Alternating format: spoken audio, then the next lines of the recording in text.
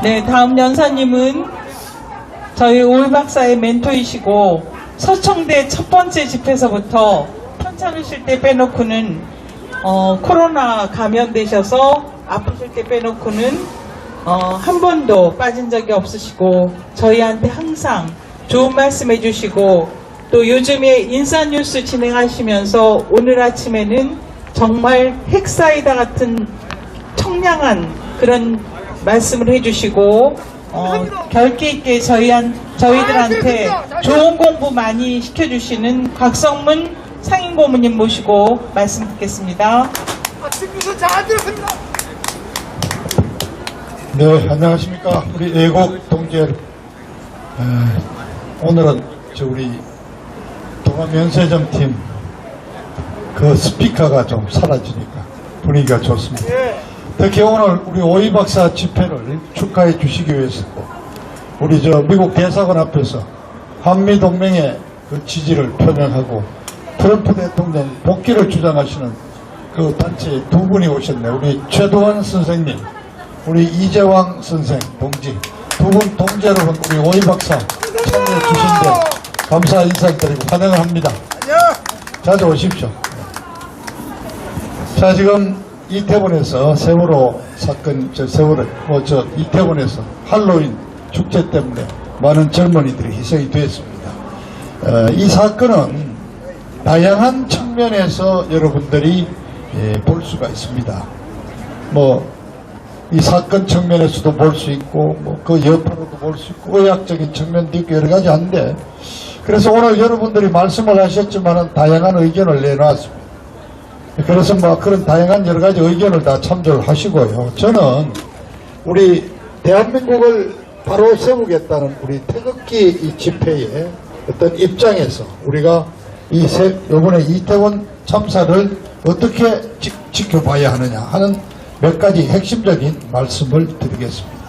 자, 많은 희생이 있었는데 이번에 지금 이제 6일 사이에 드러난 여러 가지 내용을 보면은 이 대한민국 경찰의 부실 대응이 많은 문제를 지금 자아내고 있습니다. 그럼 경찰이 잘했으면은 이번 이 사고를 막을 수 있으냐? 그렇지는 않을 겁니다. 다만 그래도 경찰이 제대로만 본연의 자세를 취해줬다면은 희생을 대폭 줄일 수는 있었을 것이다. 자, 드러나지 않습니까? 지휘부가 다 붕괴가 됐잖아요. 다 아시니까 신문을 통해서, 보도를 통해서. 제가 재미삼아 얘기해요.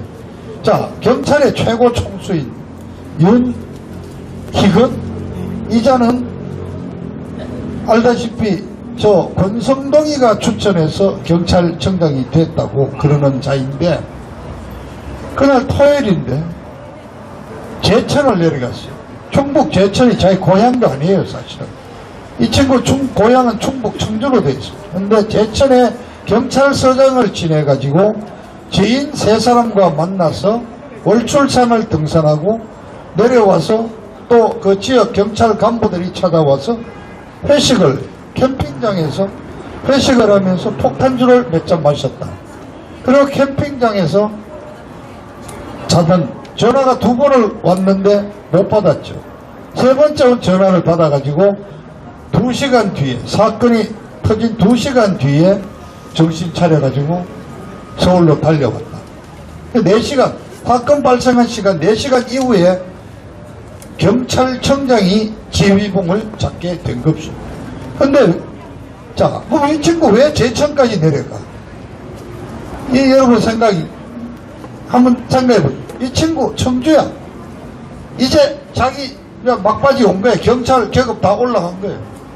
이 친구도 24년 4월달에 국회 출마하고 싶은 생각이 있는 겁니다. 그래가 주말만 되면은 충청북도 고향 내려가갖고 이제 지인들 만나가지고 폼 잡는 거예요. 하필 그날 걸린 거예요. 그런데 경찰의 총수가 개인적인 시간을 내서 자기 친구들과 술도 한잔 할 수는 있습니다만은 문제는 항상 비상연락망이 연결이 돼 있을 거 아닙니까? 정도 보면은 제천경찰서 전화해가지고 우리 총장 지금 어딘가 캠핑장 있다 그러면 바로 쫓아가서 연락할 수도 있는데 경찰청장 놈이 13만 경찰청장이 폭탄주 마시고 캠핑장에서 쓰러져 있는데 그걸 2시간 동안 깨울 사람이 아무도 없었다 이거죠. 완전히 지휘부가 엉망이 되어 있는 거야. 그럼 서울경찰청장 윤희건이는 뭐 했어? 이 친구는 9시에 퇴근해서 집에서 잤대. 근데 이 친구도 전화를 못 받았어. 아니, 경찰 간부쯤 되면은 비상전화라는 게 있습니다. 근데 비상전화는 관사에 있는데 요즘 관사에 살지 않고 그냥 자기 사택 아파트에 살고 있대. 이것도 무슨 해괴한 짓이에요? 그 경찰 서울청장한테 연결되어 있는 비상전화를 떼다가 여기 컨트롤트라도 해야 될 거 아니야. 야, 지휘부가 완전히 붕괴됐어. 제일 문제는 뭐냐? 서울경찰청 119, 112 상황실에 저는 사건 기자를 해봤습니다. 상황실에 전화 받는 직원이 있고 상황팀장이 경감이나 경정이 하나 있고 그 위에 총경, 경찰서장을 하는 총경급 상황실장이 오후 6시 일과가 끝나면은 다음날 새벽 1시까지 당직을 서도록 되어 있습니다. 그런데 그 당직선 유머라는 여자 총경 아예 상황실에 출근도 하지 않고 10층 자기 사무실에서 자기 볼일 보고 있었다는 거 아닙니까? 이런 일이 있을 수 있습니까? 그러니까 112 상황실에 전화를 했더니 전화 받는 경찰관이 전화 받고 하는 응답하고 하는 조치하는 이 내용을 이번에 녹취록을 통해서 다 봤더니 이거 경찰관이 아니라 보험회사 보험 판매 상담원이야. 아니 뭐 사람이 쓰러지고 있습니다. 그러니까 그거 영상 찍어서 우리한테 보내주세요. 아니 사람이 압사라는 말을 쓴 전화가 7건인데 그중에 4번을 출동하라고 그랬어. 근데 출동이 어디냐? 그러면 이제 용산경찰서 연락해. 그럼 용산경찰서 상황실에서는 이태원 파출소 연락해. 파출소 직원 20명밖에 안 되는데 그날 32명을 지원받아서 50명 있었다 지금 나 순찰 나가 있는데 파출소 직원 보고 가서 보고하라는 거예요. 이것이 이번에 112 경찰 보고 체계의 민낯이었습니다. 완전히 붕괴했습니다. 그래서 경찰이 사전에 조금만 더 제대로 수칙에 따라서 대응을 했으면 많은 희생을 줄였을 거다. 경찰의 부실 대응이 가장 큰 문제로 지적이 1차 됐습니다. 그런데 왜 그럼 이렇게 경찰이 됐느냐 이게 지난 5년간 문재인 정권 하에서 경찰은 아주 특수한 지위를 누렸습니다. 경찰만큼 문재인이한테 이쁨을 받고 특별 대우를 받은 집단이 없습니다. 자, 검수완박이래. 검찰의 수사권을 뺏어가지고 경찰에 갖다주는 이 검찰 수사권을 축소시키는 이 작업이 내내 5년 내내 계속된 가운데 경찰이 수건 사업이 대한민국 경찰 생긴 70년 이래에 경찰의 수건 과제가 검찰로부터 독립해서 수사권을 가져오는 수사권 독립이었습니다. 이것을 문재인 정권에서 경찰을 엄청나게 도와줬어요. 왜냐? 학생 운동 시절의 트라우마 때문입니다. 검찰에 잡혀가서 검사로부터 국가보안법 위반으로 기소돼 가지고 징역 살았던 그 원한이 있어서 이자들은 검찰을 미워해요. 더구나 노무현이가 부엉이바에서 뛰어내린 그 원인이 결국은 이명박 검찰이 노무현이를 조사해서 부정부패자로 몰아서 그렇게 해서 노무현이가 뛰어내리게 했다고. 아, 노무현이가 죄가 없으면 왜 검찰 조사를 받고 지가 뛰어내립니까? 노무현이한테 물어봅시다. 뭐 노무현이가 독립운동했습니까? 독립운동하다가 좀 뛰어내린 거예요? 아니 마누라가 돈 받은 부정한 돈을 받은 사실이 드러나니까 창피해서 실체말로 쪽팔려가지고 뛰내린 거 아니에요?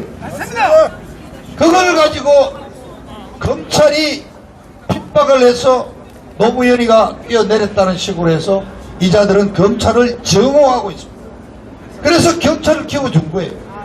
이런 것이 맞아떨어져 가지고 문제는 뭐냐. 대한민국 경찰은 그동안 경찰대학 출신들이 경찰을 완전히 장악하고 있어요. 경찰대학 애들이 아주 입학 성적도 어려워. 그리고 애들 공부 잘하니까 사법고시도 뭐 합격됐어. 이 자들이 스스로 말하기를 서울법대보다도 우리가 못할 게 뭐 있냐 하는 이런 자들인데, 문제는 뭐냐. 경찰대학 출신들은 엘리트 중에 엘리트가 돼가지고 졸업만 하면 바로 경위로 들어가요. 파출소장하는 경위급, 지휘관으로 들어간다. 경위부터는 경찰관이에요. 경찰리고 밑에 순경, 경사, 경장은 경찰관이 초급 지휘관이 된다. 그러니까 얘들은 순찰을 돌고 경비를 서고 보안을 하고 이런 현장 경험이 없는 애들이에요. 현장 경험이 없이 지휘관으로 바로 들어가. 그리고 매년 승진 시험을 치면은 경찰대학 나온 애들이 당연히 간부부생이나 경찰 순경 출신보다는 시험 잘 치지. 그래서 계속 승진해가지고 경찰대학 애들이 지금 완전히 대한민국 경찰의 지휘부를 장악하고 있어. 근데 이놈들은 스스로 서울법대보다도 더 똑똑하다고 자부하는 놈. 이놈들이 수사권 독립을 추구하면서 검찰과 싸우고, 지난 5년 동안 경찰대학 출신들은 검찰하고 싸우는데 전념했다. 대표적인 놈이 누굽니까? 황운하라고 있잖아. 황운하. 이쪽 국회의원 빠지까지 달았어. 지금 경찰대학 출신들의 롤모델이 황운하야. 뭐 경찰 112 신고 전화 잘 받고, 뭐 경비 잘 쓰고 안전사고 예방하고 이럴 필요가 없어. 승진시험에서 정부에 충성하고 좌빨 정부에 열심히 충성하고 승진시험 잘 쳐서 출세하고 빠지 달고. 그러니까 유니건이라는 자는 이미 2023년 출마를 생각하고 벌써부터 목에 힘줄 때 주말마다 고향 가서 선거운동하고 있는 거래. 다 빽이 있으니까. 근데 용산서장은 뭐 그 친구 정신 나간 거는 좀 얘기도 못하죠. 아니 8시 반쯤에 집회 대충 삼각지 끝나고 회식을 했다는데 9시 반에 연락을 받았고, 그 연락 받아가 거기서 이태원까지, 삼각지에서 이태원까지 걸어서 한 10분 15분 걸린 1.8km인데 11시 20분 10분쯤이 돼서 나타났는데 경찰의 상황보고를 거짓말로 했잖아요. 10시 20분에 나타났다고. 사건 발생 직후 5분 만에 나타나서 6분의 현장 지휘를 했다는데 이게 전부 거짓말로 드러났잖아요. 11시 넘어왔는데 또 사라져버렸어. 그날 밤에 내 행자부 장관 브리핑에서도 없었고 서울경찰청장 브리핑에도 없었고 다음날 윤석열 대통령이 현장을 갔을 때 아침 10시에 나타났어. 그럼 이걸 어떻게 처리해야 돼요? 이자가 8시 반부터 회식하러 가서 폭탄주를 엄청 마시고 완전히 주치 상태에 들어갔을 거야. 현장 책임자인 용산경찰서장이 그날 밤에 사라져버렸으니까 누가 지휘를 해요? 이것이 바로 지난 문재인 정권 5년 동안 정치 검찰이 돼버렸고, 검찰과 싸우는 정치 싸움에 대한민국 경찰이 완전히 기본을 잊어버렸고, 특히 지휘부를 장악한 경찰대 출신들이 완전히 그냥 현장의 경험도 없이 현장 상황을 다 무시하고 정치 노릇만 빠졌어. 결국 정치 집단이 돼버린 경찰의 문제점이 지금 드러난 겁니다. 그런데 이 문제가 심각해. 지금 이제 수사를 한단 말이에요. 사건의 원인, 문제점을 수사를 해야 되는데 중요한 건 뭐냐. 수사를 하는 주체가 수사를 받는 또 대상이 되어 있다.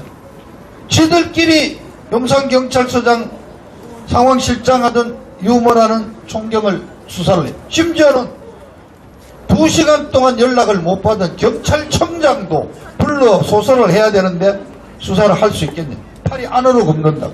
이른바 셀프 수사. 근데 문제는 여기에 그치지 않습니다. 앞서 여러 연사님들이 이번 이태원 참사에 관련된 많은 의문을 제시했습니다. 제가 종합적으로 또 정리를 한다면은, 첫째, 112 신고의 녹취록을 보면요, 8시 반경 8시 55분 두 차례 전화해서 이미 사람이 여기 쓰러져 가고 있습니다. 사람이 막 쓰러져요 하는 얘기가 나왔습니다. 그렇다면은 10시 15분에 사고가 그 좁은 골목에서 나기 이미 이전에 8시 반경부터 그 북쪽에 세계 음식 문화 거리 해밀턴 호텔과 연결되는 그쪽 주변에서 이미 사람이 쓰러지기 시작했다는 거죠. 그렇다면 이건 방금 연설을 하신 최성원 박사의 지적처럼 뭔가 마약 또는 약간 향정신성 관련 어떤 의약물에 의한 사고일 수도 있는 이 부분이 문제가 있죠. 자, 그 다음에 초기에 현장에 근방에 있다가 이른바 CPR을 긴급 소생술을 시행했던 정식 의사분 민모죠. 분이 YTN과의 인터뷰 내용을 들어보면은 내가 한 30여 명을 CPR을 했는데 그 중에 한 절반 정도가 코와 입에서 피를 뿜고 복부가 팽창하는 증세를 발견했다. 압사당하면은 복부가 팽창합니까? 질식사인데 피가 왜 나옵니까? 지금 이 내용도 보면은 뭔가 사인의 마약 어떤 성분이라든가 이런 어떤 냄새가 짙어지고, 그 외에도 또 여러 사실은 그 골목만이 아니다 이게.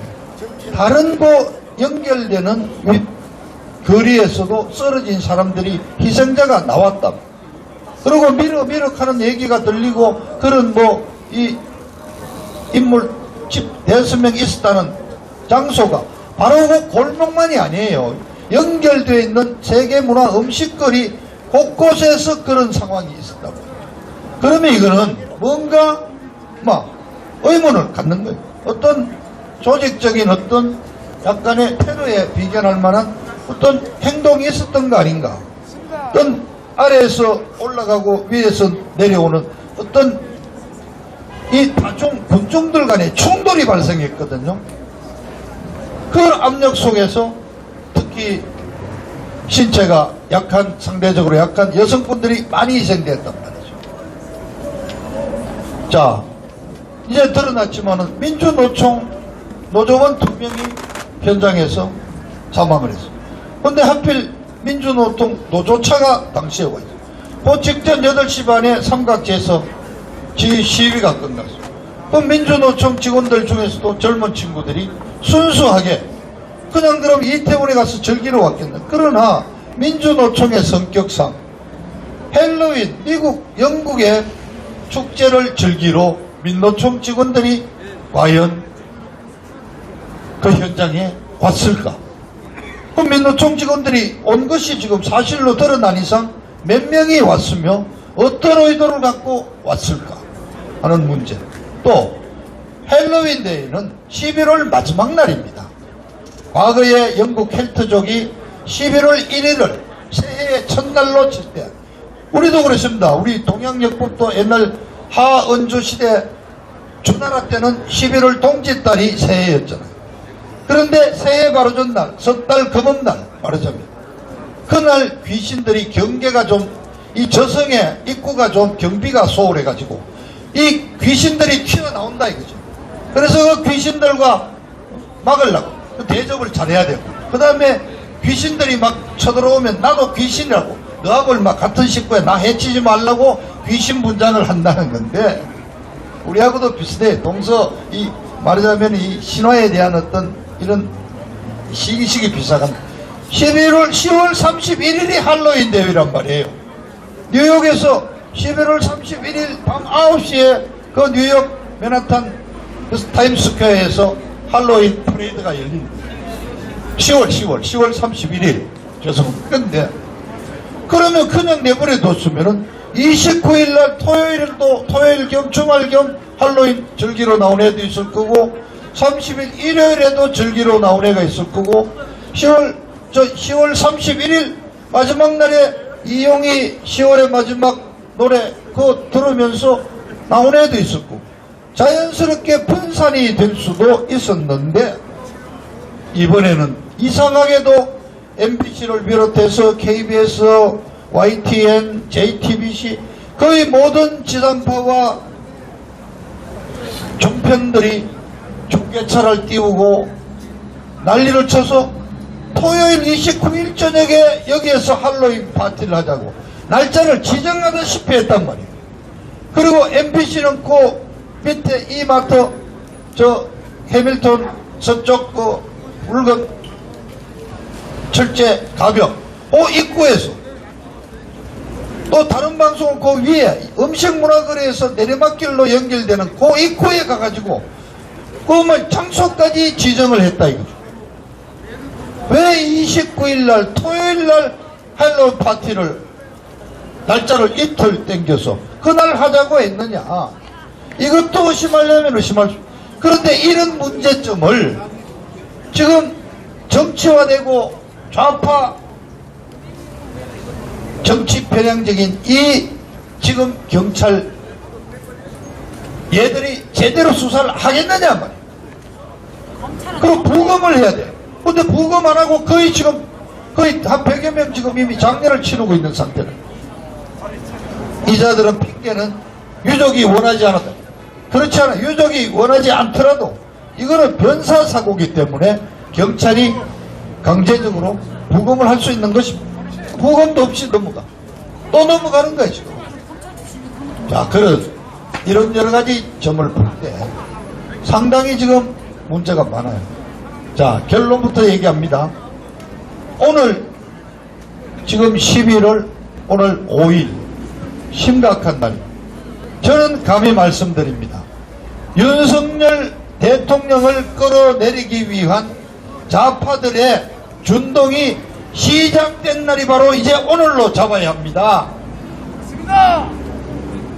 오늘 11월 5일 이제 윤석열이를 퇴진시키기 위한 좌파들의 운동이 시작되고 자진 퇴진을 요구하다가 결국은 박근혜 대통령을 몰아내는 그 시나리오대로 이제 탄핵으로 가는 시발점이 바로 오늘이라고 저는 봅니다. 자, 오늘 우리 이 통합면세점 팀은 애도의 기간으로 해서 집회를 하지 않아요. 좌파단체도 한국노총도 오늘 공공보 노조 결의대회를 하려다가 오늘 다 취소했어요. 그러나 이른바 저 촛불 승리 전환 행동위원회 저 약칭 촛불 행동은 오늘 자칭 자기들 말대로 13차 대회를 합니다. 하는데 이름만 바꿔서 애도 추모 집회로 한다. 세월호하고 어쩌면 그렇게 닮아가는 거예요. 추모라는 이름으로 똑같은 집회를 열고 윤석열 정권을 지금 무너뜨리기 시작하는 작업을 시작한다. 얘들 논리는 간단해요. 경찰이 대처 못했다. 경찰 지휘 못한 이 정부의 책임이다. 결국 윤석열이 책임이다. 윤석열이 내려와라. 이게 나라냐. 이 논리가 이미 다 나왔습니다. 오늘 추도대회하고 제대로 오늘 행진하지 않고 집회만 한다니까 안심하면 안 됩니다. 이제 오늘부터 시작이에요. 민주당은 뒤에 숨어 있습니다. 박근혜 대통령 탄핵 때도 민주당은 뒤에 숨어 있습니다. 저 집회 현장에서 이재명이 지키기 얘기 단 한마디도 나오지 않습니다. 민주당 얘기 안 합니다. 쟤들은 그냥 아까운 젊은이들 희생시켰다. 이 정권이 무능해서 그렇다. 그래 무능한 윤석열 대통령 물러나라. 이 얘기만 합니다. 오늘부터 윤석열 퇴진 운동이 시작된 절체절명의 위기의 순간이다. 윤석열 정권 지금 어렵습니다. 자, 방금 경찰의 문제점을 제가 구체적으로 말씀을 드렸는데 어떤 집회가 일어나고 시위가 일어났을 때 질서를 유지하고 윤석열 대통령을 지켜야 될 천병에 있는 경찰 믿을 수 있습니까? 윤석열 대통령이 지금 경찰을 장악하고 있습니까? 없습니다. 아닙니다. 6월달 이른바 행자부 안에 경찰을 관리하는 경찰국을 신설했을 때 경찰이 어떤 태도를 보였습니까? 이른바 직장협의회 명목으로 플랜카드를 걸고 장외에 집회를 했습니다. 경찰 독립을 외치고 경찰의 절반은 아직도 문재인 친문 정권 친문 경찰이야. 이번에 드러났잖아요. 여기 지부하에 그냥 붕괴했고 경찰이 지금 윤석열 정권에 등을 돌리고 있는데 윤석열 정권 과연 좌파들의 준동을 어떻게 막아낼 거냐. 대한민국 언론, 기레기 언론들 윤석열 정권에게 우호적인 언론 없잖아요. 우리 내부에도 적이 있어. 오세훈 시장, 과연 오세훈이 우리 편 맞아요? 아닙니다. 이 친구가 느닷없이 유럽 출장 갔다가 저는 현장에 빠졌는데 서울시 이거 주체적도 없는 행사고 규정이 없더니 서울시는 책임이 없다고 딱 오세훈이 오기 전에 이미 오리발 내고 있어. 근데 오세훈이라는 자 갑자기 기자회견을 열어가지고 무한 책임을 져야 한다고 그러고 좌파들이 하는 눈물 찔찔 짜는 코스프레를 연출했단 말이에요. 저는 현장에 없었으니까 책임 없고 결국 윤석열이한테 모든 걸 그냥 패스해버리는 거예요. 그런데 서울시 산하에 있는 저 TBS 교통방송에 저 털보 김어준이가 하는 뉴스 공장 프로그램을 통해서 2년 전 2019년에 문재인 정권 때는 일방 통행을 해서 그 골목을 잘 통과시켰다는 가짜 뉴스를 태연히 하고 있는데도 김어준이 그냥 방송하고 있잖아요. 오세훈이 김어준이 처리 못하잖아. 자기 책임 없다 그러고 결국 윤석열한테 놔두면 우리 내부에도 이런 기회주의자들이 있는데 윤석열 정권 버텨낼 수 있을까요? 위기에 위기입니다. 집권 6개월 만에 최대의 위기에 윤석열 정권이 지금 직면을 했다 이거. 여러분들 윤석열 정권을 찍은 윤석열 정권 교체 윤석열을 지지했던 우리 태극기 동지 여러분, 저 좌빨들이 여러분을 어떻게 지금 조롱하고 있는지 압니까? 2번을 찍었다고 해서 좌파들 집회에서 우리 2번 찍어서 정권 교체를 이룬 우리 액티브 시니어들을 대상으로 이찍이라 그래. 이찍이. 나도 요번에 알았어.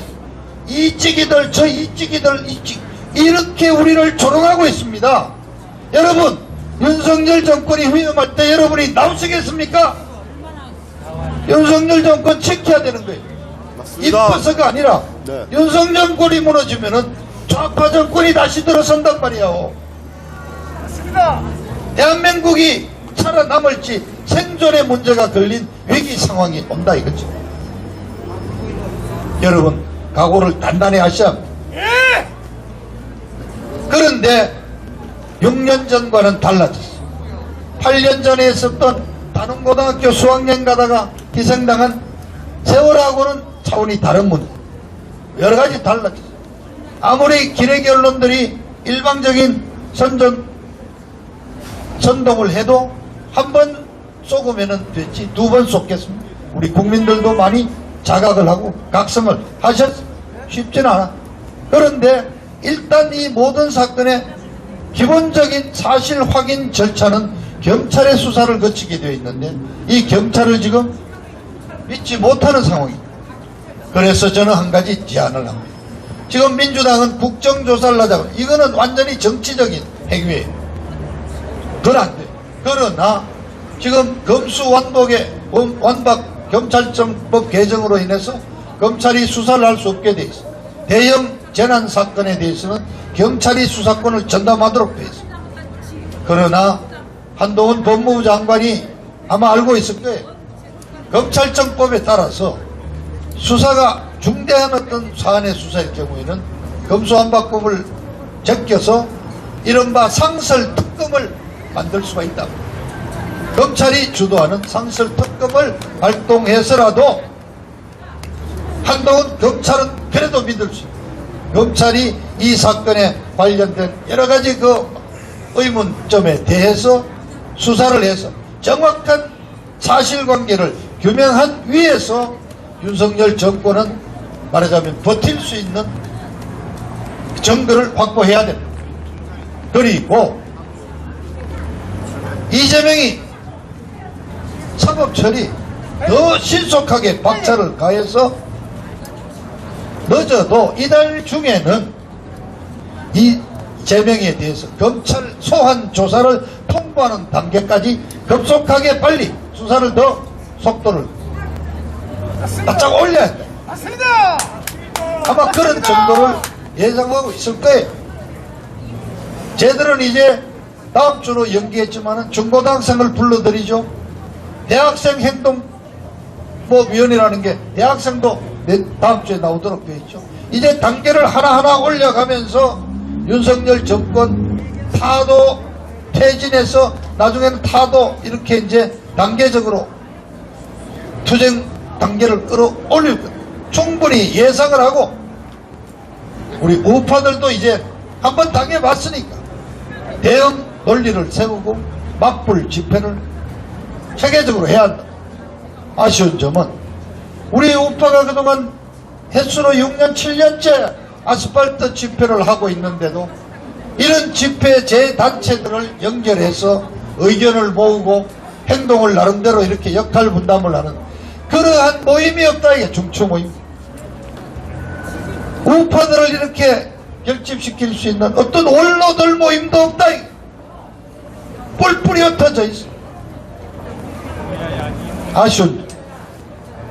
어떤 집회를 주장하고 있는 한 번 그 종교인 목사님이 좀 자신의 욕심을 조금 자제하고 금방 만들 수가 있는데 전부 자기가 주도권을 잡고 싶어. 만일 이러한 어떤 우파의 모임이 이루어진다면 우리도 좀 더 조직적으로 대응할 수도 있는 아쉬움 같고, 다만 이제 우리 국민들도 많이 깨어나셨어요. 각성했어요. 그리고 윤석열 대통령도 시행착오를 엄청 많이 거쳤지만은 이제 6개월 접어들면서 확실하게 이제 스탠스를 잡아가는 것 같아요. 박정희 대통령 43주기를 맞아서 국립묘지에 박정희 묘역을 참배하는 바로 그러한 여러 가지 의지에서 이제 보수 자유우파 자유민주 체제를 확실하게 지키겠다는 어떤 스탠스를 확실히 잡았다 하는 느낌을 가지면서 그나마 우리는 안도할 수 있는 여유를 가지고 있다. 어쨌든 이 11월 달에 저는 감히 좀 미리 예상을 한다면은 이제 윤석열 정권 타도를 외치는 좌파들이 본색을 드러내서 투쟁 단계를 올릴 것이고, 그에 맞춰서 윤석열 정부도 이재명에 대한 어떤 검찰 수사라든가 여러 가지 대응 조처를 신속하고 효율적으로 취해, 그렇게 해서 11월 중에 금년 연말 가기 전 전국은 굉장히 어렵고 상당히 양측의 충돌이 되면서 정치적인 사회적인 위기 상황이 올 거다. 충분히 예상을 했다면 또 우리가 대응하고 이겨낼 수도 있지 않겠냐. 그러한 점에서 참석하신 우리 애국 동진, 그리고 이 유튜브를 통해서 상황을 지켜보고 계신 우리 애국 동지님들이 윤석열 정권을 우리가 지켜내겠다는 그러한 결의를 다짐해 주시기를 간곡히 부탁드리겠습니다. 감사합니다.